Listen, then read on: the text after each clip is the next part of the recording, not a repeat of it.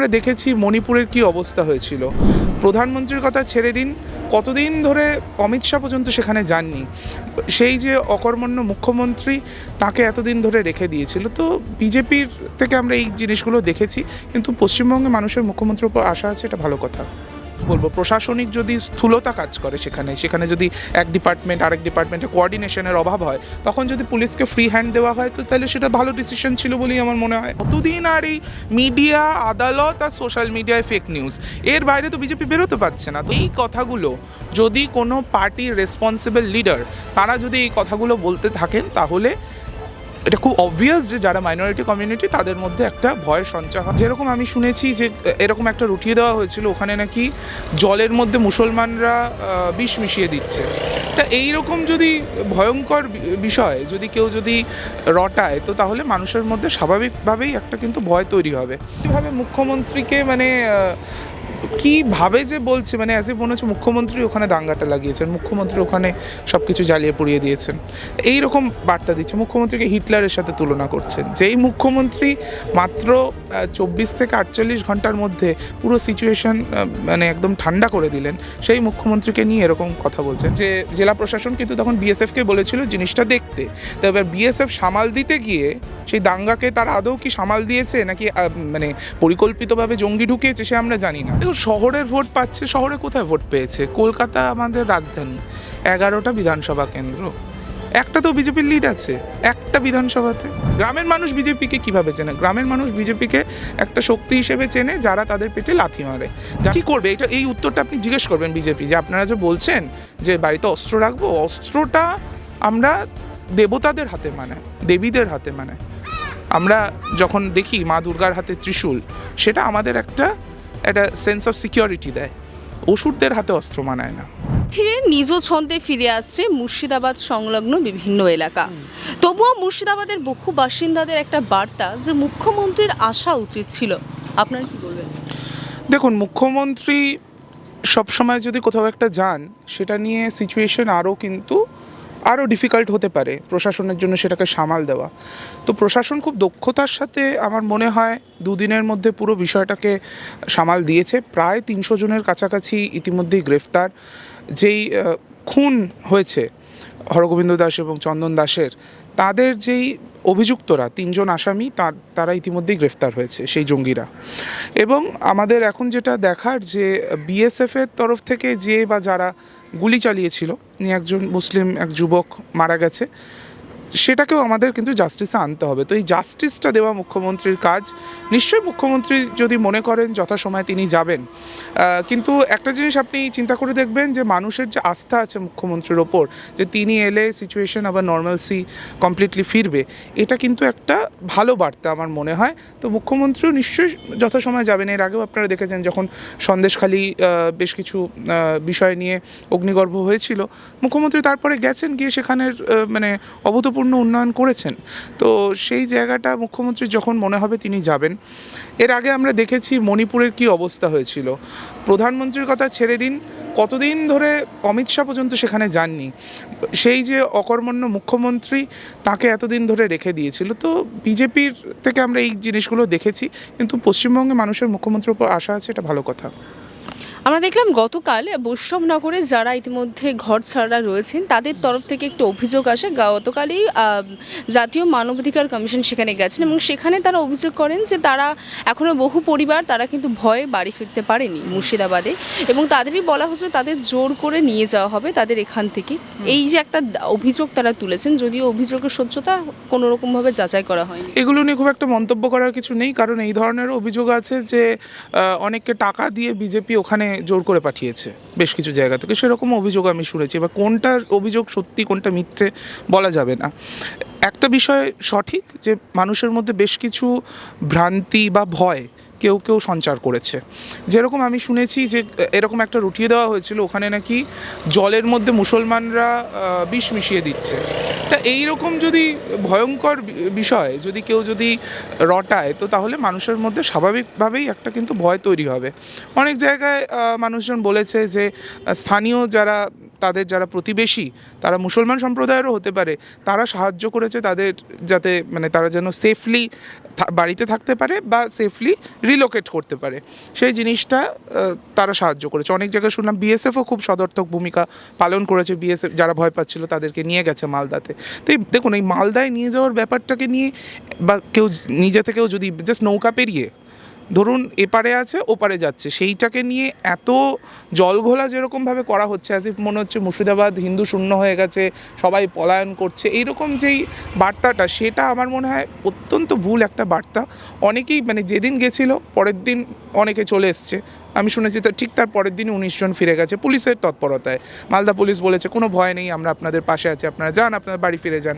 তো এখন মুর্শিদাবাদেও নর্মালসি ফিরেছে বলে আমি যতটুকু আমার যা খবর আছে, হ্যাঁ মানুষের মধ্যে একটা টেনশন চিন্তা থাকতে পারে, এরকম একটা রাইট লাইক সিচুয়েশন যদি হয়, এরকম একটা দাঙ্গার পরিস্থিতি যদি তৈরি হয়, তো মানুষের মধ্যে ভয় থাকাটা স্বাভাবিক। আমরাও তাদের জন্য চিন্তিত, উদ্বিগ্ন, এবং তারা সবাই ভালো থাকুন, সুস্থ থাকুন, সতর্ক থাকুন, সেটা আমরা অবশ্যই চাইব। গোটা দেশ জুড়ে আমরা যদি দেখি, বিভিন্ন সমাজ মাধ্যমে নানান ধরনের পোস্ট দেখতে পাচ্ছি, যেখানে মূলত রাজ্য সরকারকে, মুখ্যমন্ত্রীকে দায়ী করা হচ্ছে যে এই যে ঘটনা ঘটেছে মূলত মুর্শিদাবাদ মালদাতে, তা রাজ্যের নিষ্ক্রিয়তার কারণে। এটা নিয়ে কী বলবো? এইটা তো আমরা প্রথম থেকেই দেখছি, আমরা তো দেখেছি বিজেপির হ্যান্ডেল থেকে, ডক্টর সুকান্ত মজুমদারের হ্যান্ডেল থেকে কীরকমভাবে ভুয়ো ছবি পাবলিশ করা হচ্ছে। আপনি যদি একটুখানি তাদের যে আইটি সেলের যে ইনচার্জ অমিত মালব্য, তার যদি টুইটসগুলো আপনারা দেখেন, কীভাবে মুখ্যমন্ত্রীকে মানে কীভাবে যে বলছে, মানে অ্যাজ এ মনে হচ্ছে মুখ্যমন্ত্রী ওখানে দাঙ্গাটা লাগিয়েছেন, মুখ্যমন্ত্রী ওখানে সব কিছু জ্বালিয়ে পুড়িয়ে দিয়েছেন, এই রকম বার্তা দিচ্ছে। মুখ্যমন্ত্রীকে হিটলারের সাথে তুলনা করছেন, যেই মুখ্যমন্ত্রী মাত্র 24 থেকে 48 ঘন্টার মধ্যে পুরো সিচুয়েশন মানে একদম ঠান্ডা করে দিলেন, সেই মুখ্যমন্ত্রীকে নিয়ে এরকম কথা বলছেন। আরে দেখুন, একটা কথা না বলে পারছি না, এই মুর্শিদাবাদকে কেন্দ্র করে আপনি সোশ্যাল মিডিয়া পোস্টও যদি দেখেন, এরকমও তো সোশ্যাল মিডিয়া পোস্ট আমি দেখেছি, বেশ কিছু হোয়াটসঅ্যাপে মেসেজেস দেখেছি, যেখানে মানে এটা বলা হচ্ছে যে এই পুরো বিষয়টা বিজেপির একটা চক্রান্ত ছিল। বিজেপি এটা চক্রান্ত করে বিএসএফকে কাজে লাগিয়ে বাংলাদেশের বর্ডার দিয়ে বেশ কিছু দুষ্কৃতী, জামাতি, জিহাদি ঢুকিয়েছে, যারা কিনা এই যেটা শান্তিপূর্ণ যেই ধরুন মিছিল হচ্ছিল এই ওয়াকফ আইনকে কেন্দ্র করে, সেই মিছিলে এরাই অশান্তিটা পাকিয়েছে, এরকম বেশ কিছু রিপোর্টস আছে। এবার এই পুরো জিনিসটাই এখন একটা আমাদের সম্ভাবনার ওপরে ব্যাপার, কোনোটাই হচ্ছে ভেরিফাইড খবর কিছু নয়। ভেরিফিকেশন তখনই হবে যখন একটা প্রপার তদন্ত হবে, একটা নিরপেক্ষ একটা ইনভেস্টিগেশন হবে। তো আমরা সেটার দিকে তাকিয়ে আছি, আমরা চাইবো যে এটার পুরো একদম মানে সমস্ত কিছু আনার্ট হোক। ইতিমধ্যে আমরা জানিছি আইন শৃঙ্খলা নিয়ন্ত্রণের বিপুল ক্ষমতা জেলা শাসকদের থেকে নিয়ে পুলিশের হাতে দিয়েও তা প্রত্যাহার করল রাজ্য সরকার। তা ঘিরে তৈরি হয়েছে তীব্র কৌতূহল, ছড়িয়েছে প্রশাসনের অন্দরে। ঠিক কী কারণে একবার ক্ষমতা দেওয়ার পরে সেই ক্ষমতা নিয়ে নেওয়া হলো? দেখুন, এটা আমি ঠিক বলতে পারবো না যে কী ভেবে এই জিনিসটা করা হয়েছে, এগুলো সবটাই প্রশাসনিক বিষয়। প্রশাসন যদি মনে করে যে এই ধরনের কাজগুলো এক্সিকিউটিভ পাওয়ারের থেকে সেটা যদি পুলিশ অ্যাডমিনিস্ট্রেশনকে দেবে, সেটা দিতে পারে, সেই ক্ষমতা আছে। যেমনি ধরুন কলকাতায় কোনো জেলা শাসক নেই, পুলিশ কমিশনারই হচ্ছে এক্সিকিউটিভ ম্যাজিস্ট্রেট। তো একই রকমভাবে এখানে যদি ডিস্ট্রিক্ট ম্যাজিস্ট্রেটের থেকে সেটা যদি পুলিশ মানে এসপিকে যদি দেওয়া যেতে পারে। এই জিনিসগুলো এটা প্রশাসনিক ব্যাপার। তো তখন হয়তো সেই সিচুয়েশনে এত একটা দাঙ্গা সিচুয়েশন, তখন যদি এই ধরনের মানে কি বলবো, প্রশাসনিক যদি স্থূলতা কাজ করে, সেখানে যদি এক ডিপার্টমেন্ট আরেক ডিপার্টমেন্টে কোঅর্ডিনেশনের অভাব হয়, তখন যদি পুলিশকে ফ্রি হ্যান্ড দেওয়া হয়, তো তাহলে সেটা ভালো ডিসিশন ছিল বলেই আমার মনে হয়। এবং আপনি জানেন একই সাথে জেলা প্রশাসন কিন্তু বিএসএফকেও দায়িত্ব দিয়েছিল, আপনার মনে থাকবে। এটাও একটা কারণ হতে পারে বলে আমার মনে হচ্ছে যে জেলা প্রশাসন কিন্তু তখন বিএসএফকে বলেছিল জিনিসটা দেখতে। তো এবার বিএসএফ সামাল দিতে গিয়ে সেই দাঙ্গাকে তারা আদৌ কি সামাল দিয়েছে নাকি মানে পরিকল্পিতভাবে জঙ্গি ঢুকিয়েছে, সে আমরা জানি না। অ্যাটলিস্ট এটুকু তো বুঝতে পারছি যে বর্ডার সিকিউরিটি কম্প্রোমাইজড হয়েছে, সেটা ডেলিভারেটলি হোক বা অন্য কাজে সামাল দিতে যদি বিএসএফ যদি চলে যায়, তো তাহলে বর্ডারটাকে পাহারা দেবে। তো বর্ডার পাহারা দেওয়াটা বিএসএফের কাজ, সেটাই বিএসএফ মানে সম্পূর্ণভাবে ব্যর্থ হয়েছে। এটা নিয়ে তো কোনো দ্বিতীয় মত হতে পারে না। এই যে যারা জঙ্গি ছিল সেখানকার মানুষ বলছে এদেরকে আমরা চিনি না, যারা এসে ঘর বাড়ি জ্বালিয়েছে, দোকান ঘর জ্বালিয়েছে, মানুষকে মানে কি বলবো, মানুষের ওপরে অত্যাচার করেছে, আক্রমণ করেছে, তারা সেখানকার লোকালস নয়, ধুলিয়ানের লোকালস তারা নয়, সুতির লোকালস তারা নয়। তারা কোত্থেকে এলো? অফকোর্স তারা হয় বাংলাদেশ থেকে এসছে, কারণ এইদিকে বর্ডার, আর এইদিকে হচ্ছে ঝাড়খণ্ডের বর্ডার। তা আপনাকে বুঝতে হবে সেখান থেকে, এবার ঝাড়খণ্ড থেকেও কাউকে মানে টুপি পরিয়ে দাঁড়িয়ে রেখে লোক পাঠাতে পারে, সাজিয়ে গুছিয়ে মুসলমান সাজিয়ে দুষ্কৃতী পাঠানো যেতে পারে। তো কি হয়েছে এক্স্যাক্টলি আমরা জানি না, এটার একটা প্রপার ইনভেস্টিগেশন দরকার। কনস্পিরেসি একটা হয়েছে সেটার ব্যাপারে আমরা নিশ্চিত। ইতিমধ্যে আমরা জানি যে গতকালই বিজেপি সদর দপ্তরে একটি বড়সড় বৈঠক হয় এবং যেমনটা জল্পনা ছিল যে এবার শহর থেকে বেশি গ্রামমুখী হতে চলে, ঠিক তেমনটাই হলো। কারণ তাদের চিন্তা যে শহরের ভোট থেকে বেশি গ্রামের ভোট প্রাধান্য, কারণ শহরের ভোট তারা পাচ্ছেন এবং সেই বিষয়কে মাথায় রেখে এবার মূলত বৈঠকেই গ্রাম চলোর বার্তা দিলেন বিজেপির নেতারা। আপনার কি মনে হয় এই বার্তায় কি তারা লাভবান হবেন আগামী 26-এর নির্বাচনে? দেখুন, শহরের ভোট পাচ্ছে, শহরে কোথায় ভোট পেয়েছে? কলকাতা আমাদের রাজধানী, 11টা বিধানসভা কেন্দ্র, একটা তো বিজেপির লিড আছে, একটা বিধানসভাতে কিছুতে নেই।